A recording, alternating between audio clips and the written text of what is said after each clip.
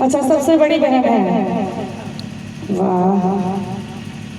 कि नित नवीन मन भावन व्यंजन पर सब कंचन थारी हो, कि स्वाद भूख बढ़ जाए सारी सरहज के गारी हो, कि बारे बारे हम करब जरूरी और कुछ होली ना।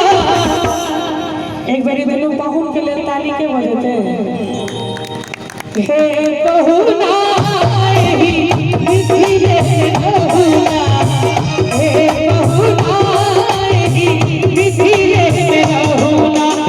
जोड़ सुख का ससुरारी में, जोड़ सुख का ससुरारी में, जोड़ सुख का बहुना, हे बहुना ही मिथिले बहुना, हे बहुना ही मिथिले बहुना। श्री किशोरी जी के अंगना दिलो बहिना, श्री किशोरी जी के अंगना दिलो बहिना। छवि शशि मुखरा छवि निधि जानकी है, छवि शशि मुखरा छवि निधि जानकी विराजे देहिना। आई जुगा जुगा जीवे चारू जोड़ी बहिना, आई जुगा जुगा जीवे चारू जोड़ी बहिना।